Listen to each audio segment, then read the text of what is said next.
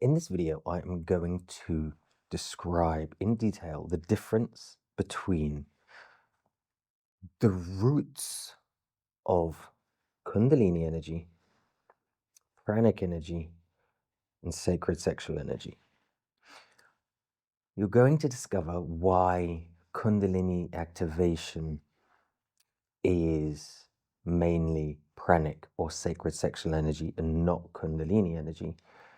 And whilst this video might not be for beginners, because I'm not going to describe what is each energy, it might be a very useful video for you to deepen your knowledge and understanding of these three energies.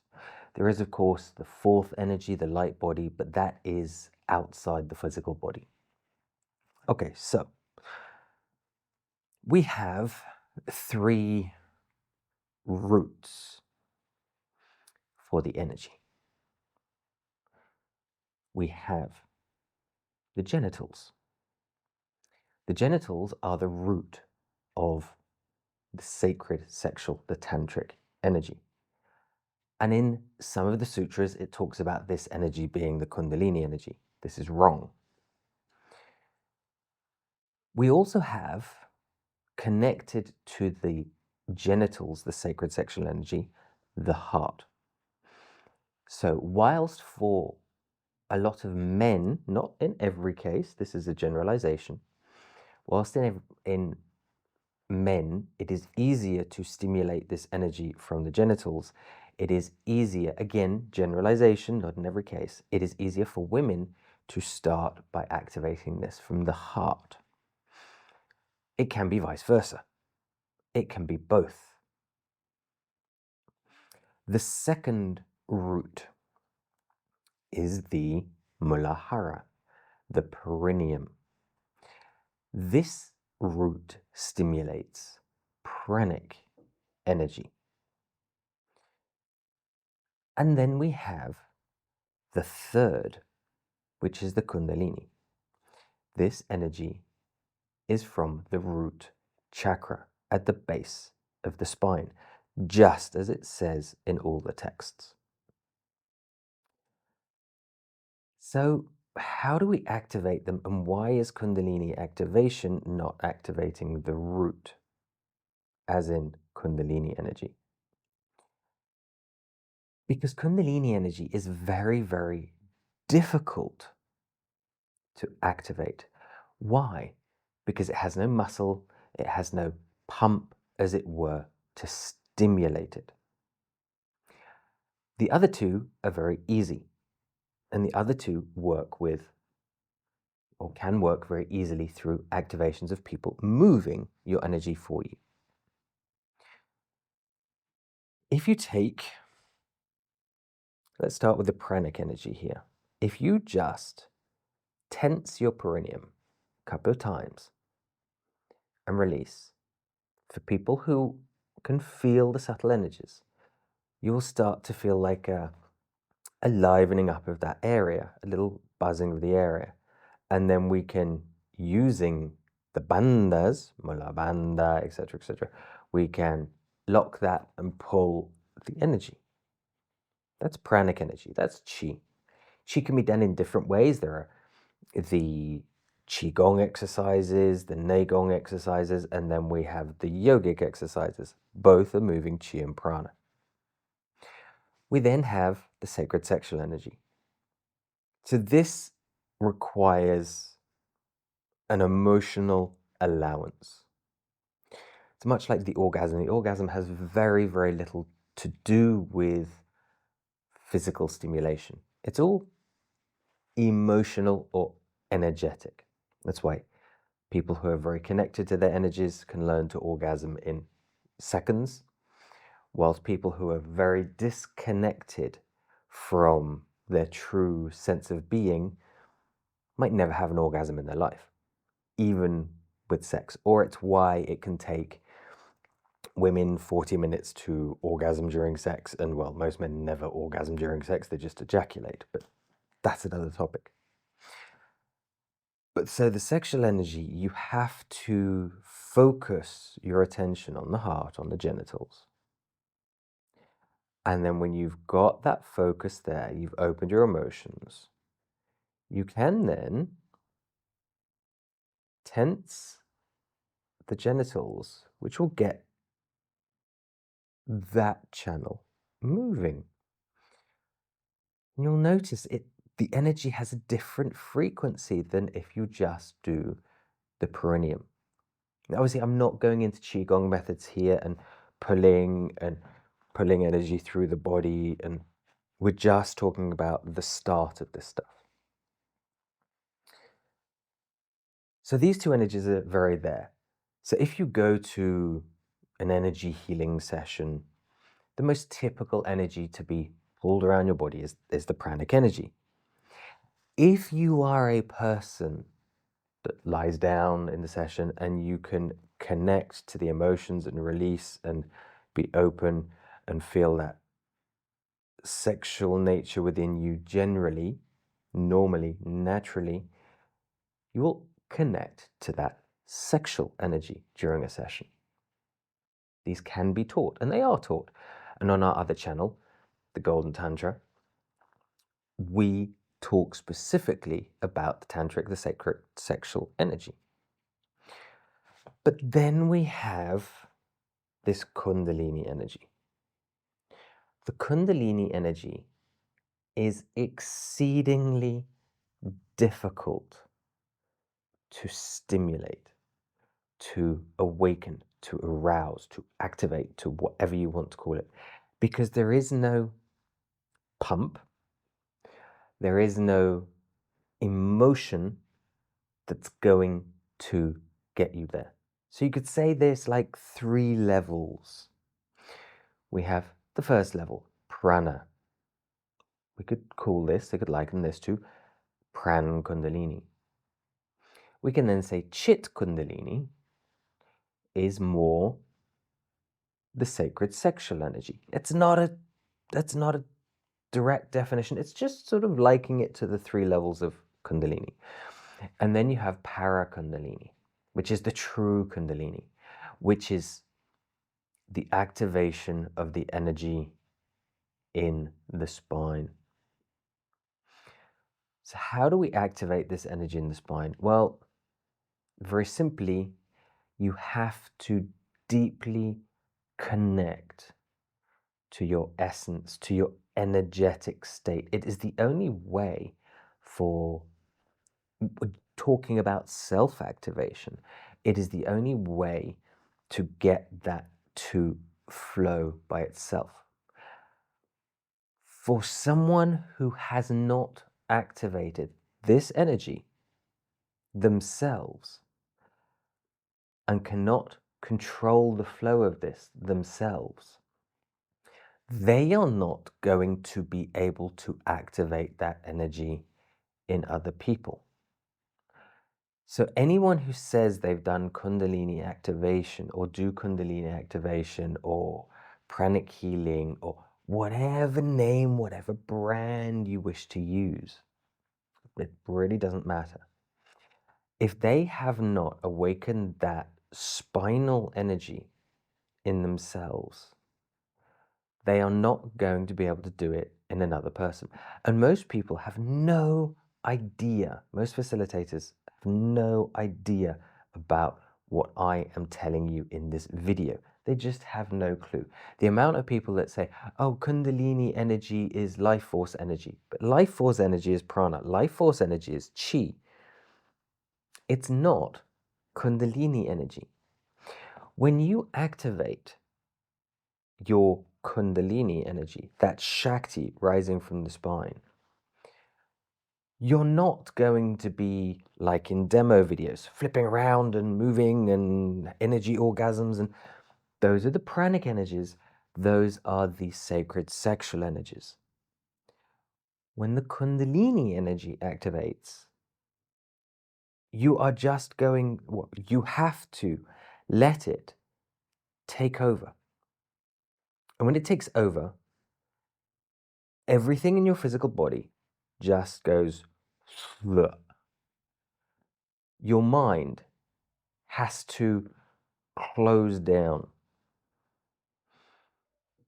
And you get this shoot of energy shooting up from the coccyx, not the perineum, not the genitals, from the coccyx. It shoots up your spine, shoots up to the back of your head, and you just get this boom, expansiveness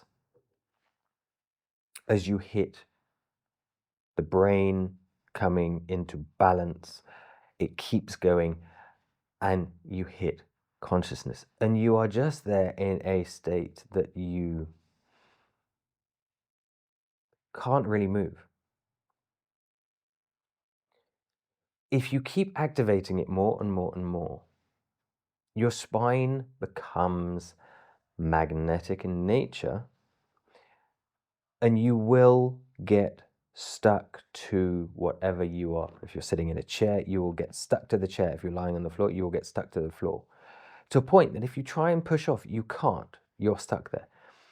If you do manage somehow to move and lift up, your spine will be attracted or pushed back to the next thing behind it. So if you manage to sit up, you might start moving back towards the wall as it feels like you're being pulled magnetically back towards the wall, and then you get stuck on the wall. That is Kundalini energy. It's a very, very powerful energy that takes over, that you at the beginning do not control. If you're a person that fears this, if you're a person that has any doubts, if you're a person that loves to live in ego, you will have great problems with this. People who have tendencies of psychotic breaks and things like that, again, you will have great problems with this energy. The sacred sexual energy, as long as it's not pushed too far, can be all fun and games, wonderful experiences. So can the pranic energy, as long as it's not pushed too far. Hence Kundalini activation. But when you get to the seriousness of the Kundalini, the true Kundalini energy, that essence, that energy in your spine, we're talking about something very, very powerful, that you have to be able mentally to embody it and just go with it for the amount of time it needs to align, connect, and just bring you into alignment and balance. They are very different. The third one is not something to be played with. It's something to do very specifically for very specific reasons, because you want to awaken the Kundalini. Most dark night of the soul or bad experiences with this, that people say they've had Kundalini awakenings, actually aren't Kundalini awakenings. It's the pranic energy, or possibly the sacred sexual energy, but the tendency tends to be the pranic energy flowing through the same channels, flowing through the body, trying to release emotional traumas that you have. But the ego doesn't let you release them. Therefore, you get caught in this loop of trying to release a trauma, not allowing yourself to release the trauma because you don't feel you're worthy of releasing it, or you're not good enough to release it, or you shouldn't be releasing it, or I have to experience this and talk about this with a therapist, and all that nonsense. I say nonsense, but it's real. And so whilst you do not let go and allow those traumas to release, you can be stuck in a dark night of the soul, which can end up in Kundalini Syndrome.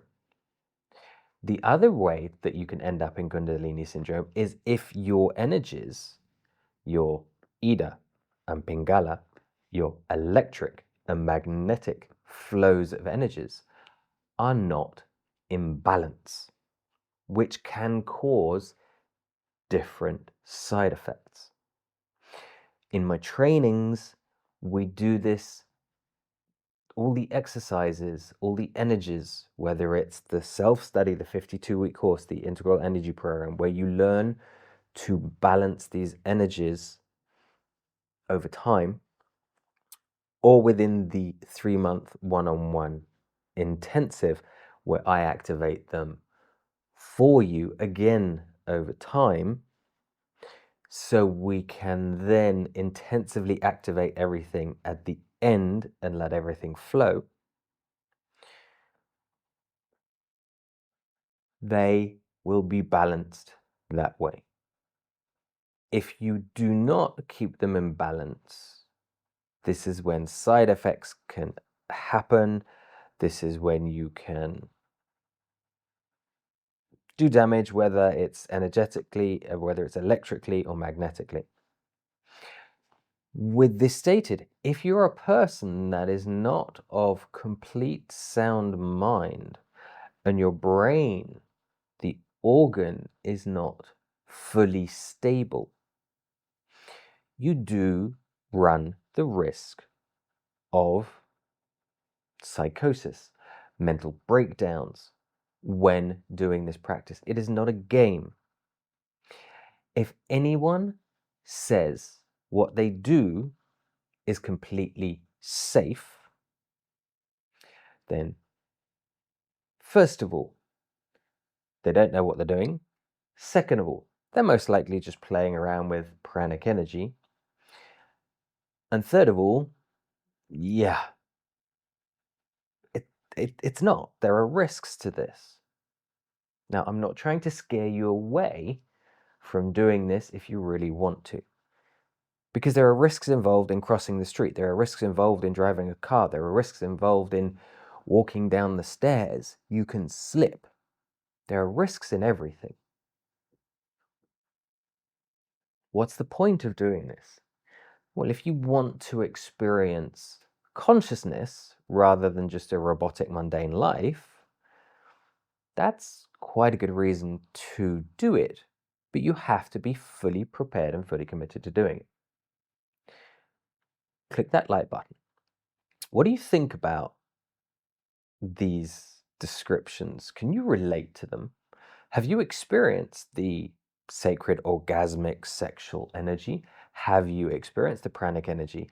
Or have you experienced that piercing energy coming up from the coccyx, shooting up into the head, out, which in many cases results in your consciousness being sucked out of your head if it's not done in a controlled fashion, and you end up having an out-of-body experience?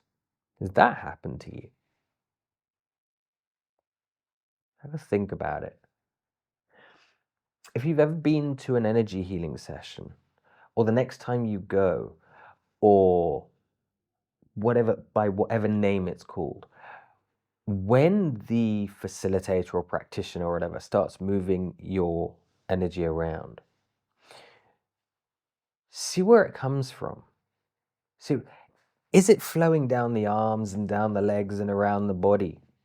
And it feels nice, and okay, there might be a few tense points, you might get a few vibrations, you might get some muscular convulsions.